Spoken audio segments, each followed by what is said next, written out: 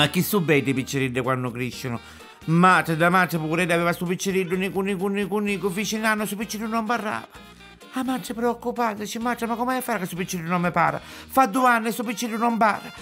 Fa 3 anni ci fosse meglio che ci organizziamo una bella festa così magari sto piccirillo mi parla. Perciò a metà a tutto il quartiere a sto piccirillo ci fece la festa. A totta, cannille, spumante, auguri, ticchi-tacchi, ticchi-ticca, auguri, piccirillo parlavo.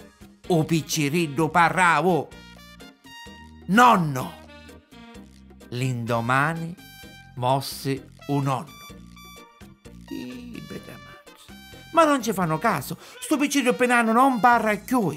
Fa 4 anni. Un piccirillo ci fanno un'altra festa. Grande festa. Totta, cicchi, augura, piccirillo parla. Zio.